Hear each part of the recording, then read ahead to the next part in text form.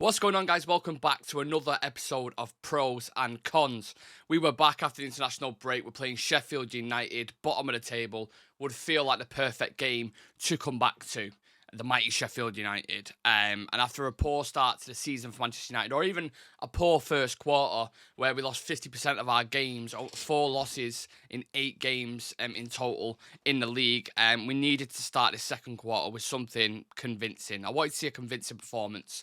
Now, I don't think we quite got that, but sometimes when you reflect on a game, you're just happy to take the 3 points sometimes, right? So let's just dive into the negatives, and then we'll talk about the positives towards the end. Rest in peace, Bobby Charlton. Yesterday we received the sad news that Sir Bobby Charlton had passed away, which kind of eclipsed anything that was going on in football, but, was more important things in life. Sir Bobby Charlton wasn't just only an extremely talented player, even when you look back at the footage of him on the pitches that he played on, the players he was up against, he was a star. He was a standout player.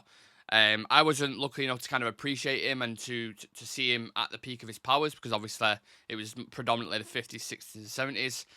But even when you look back at footage now, he still had that little bit of Jude Bellingham about him, you know what I mean? Getting forward, scoring goals, and he scored a significant amount of goals for a midfielder as well. So a top player, an absolute legend of the club. And when you look back at his time, everything with the Munich air disaster, lost his close friends, watched his friends die in a plane. And he managed to come out through the other side of it. We went through struggles for the next 10 years after the disaster. And then you have the kind of fairy tale ending where he wins our first European trophy with us, which, kind of kick-started a dynasty for Manchester United. And even when you look at the trophies that he's won in general, he's won a World Cup, 4 Division 1 titles, numerous cups, FA Cups, titles, European Cup.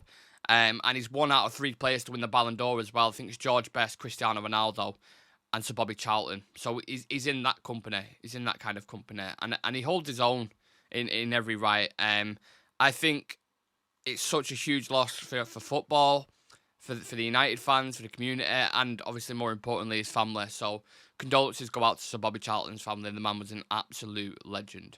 So moving on to the game then, and we'll stick with the negatives. United's post-goal concentration, very worrying.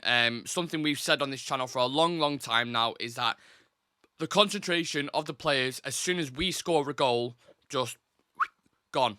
It's like memory, when the Men in Black pen, when the memories get wiped, click, bump, gone.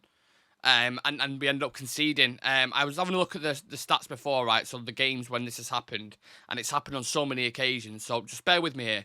Marcus Rashford scores against Arsenal. What happens? Within 1 minute, Ødegaard goes up the other end, scores a goal. Rasmus Højlund scores against Bayern in the 49th minute. Harry Kane scores in the 52nd. Casemiro scores in the 88th minute in the same game, and then Tell scores in the 92nd minute. Galatasaray, Højlund scores in the 17th minute. Zaha scores 6 minutes later. Højlund scored again in the same game, 67th minute. 4 minutes later, they equalise. And then yesterday, Scott McTominay scores. Guess what? Within 6 minutes, they get an equaliser up. So this is a fundamental problem for Manchester United. I just named 6 times there where we've scored and the opposition have done it within 6 minutes every single time. And this has happened in 50% of our games, which is extremely worrying for a coach, for staff, for everyone involved. You can't look at that and have hope going into games because the concentration has just been way off. They clearly lack it. For whatever reason, I don't know what it is, but on a number of occasions this season this has happened and they need to fucking nip it in the bud. Not taking our chances again. We had 14 shots in total, 3 big chances missed. We hit the woodwork twice. Rashford missed a couple of opportunities. Rasmus Højlund missed a couple of opportunities. And we need to be more clinical in front of goal. It's as simple as that, because the way our defence is shaped up at the minute, we are always going to leak goals. The amount of changes that we've had there, the inconsistencies, it's just obvious. We concede against pretty much everyone that we play. So you almost have to kind of outscore teams in that regard. The crazy thing is, Sheffield actually had a better XG than us yesterday. And that was mainly down to the fact that the first half, they were the better team. So these reoccurring themes, isn't there? I feel like every time I do pros and cons, I do talk about similar things, but it's hard to go away from it because it's repetitive behaviour. We're seeing these patterns consistently, and they need to stop. If you want any success this season, you cannot be missing big chances like this. It's absolutely vital. Moments are saving us. Have we really and truly beat a team convincingly this season. Just sit on that thought just for a moment. Have we really, apart from the Carabao Cup, Crystal Palace, have we put a team aside where you're like, that is a dominant display? You go back to the start of the season, the Wolves game, we were extremely lucky to come out of that with a win, and we all know that. They should have had a penalty, and they had about 23 shots in that game. It was all over us.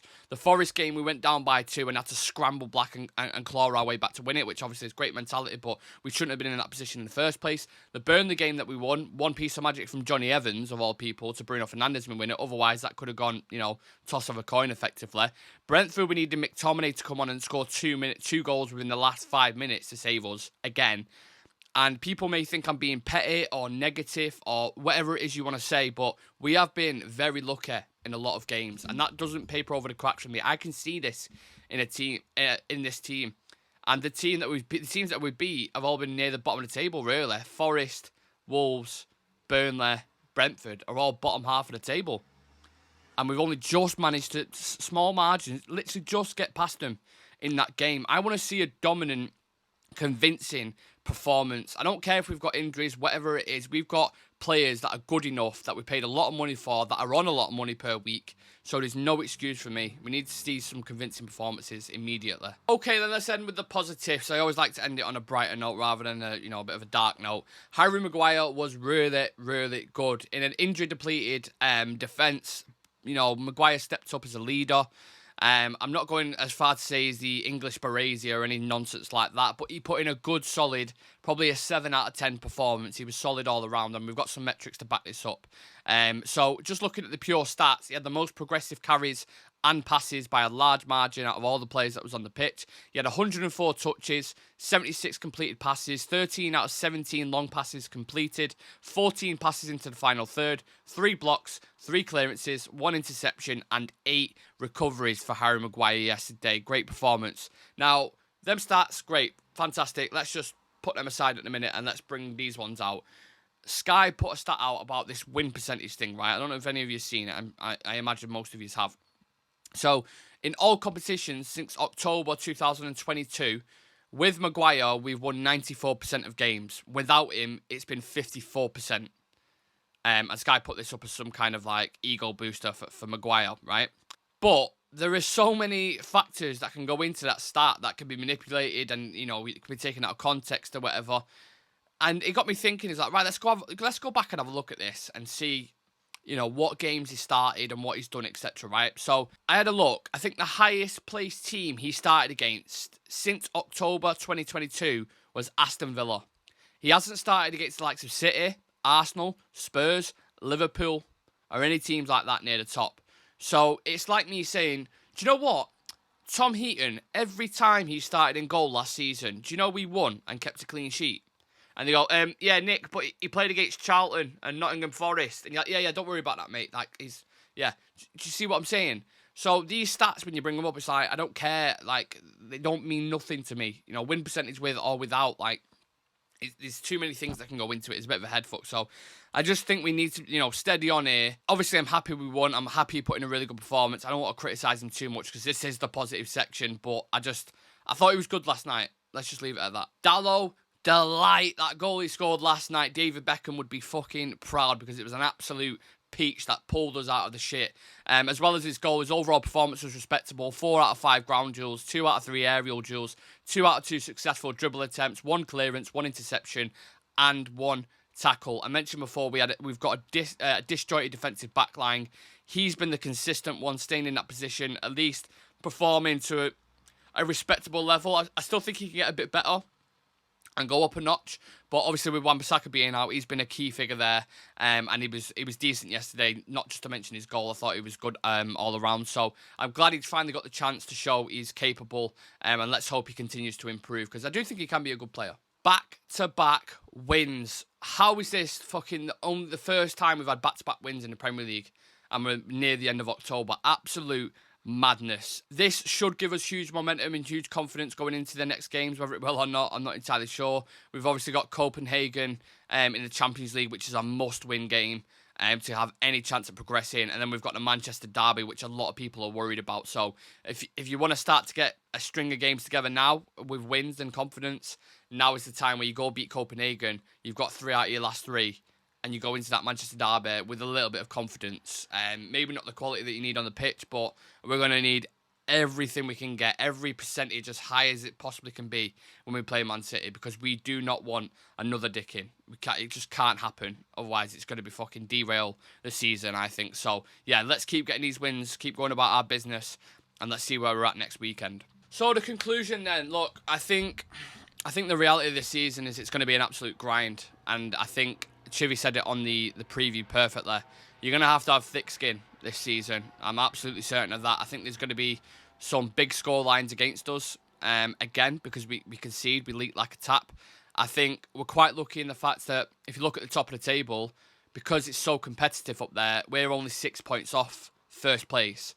And if we beat Man City, we obviously go a win closer to that, and we go 3 points within Manchester City, which is just fucking crazy, which probably won't happen. But if it does, you kind of sat there thinking, like, how the fuck has this happened?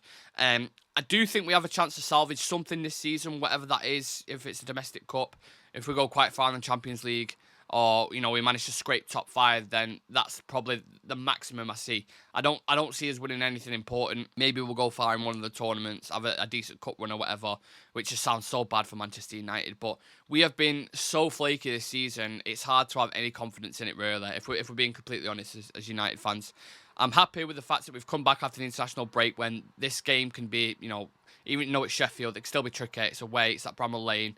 It was kind of like the perfect storm for United to fuck up, and we didn't, and we got the result at the end of the day. So it is what it is. You take the 3 points and move. Now let's look forward to the Copenhagen game, and make sure you join us for the review, by the way, tomorrow at 7 o'clock. We'll be talking about that all-important Champions League fixture. So, yeah, apart from that, have a lovely day. I hope you all enjoyed your weekend, and you've enjoyed this pros and cons, and I'll see you guys in the next one. See you in a bit.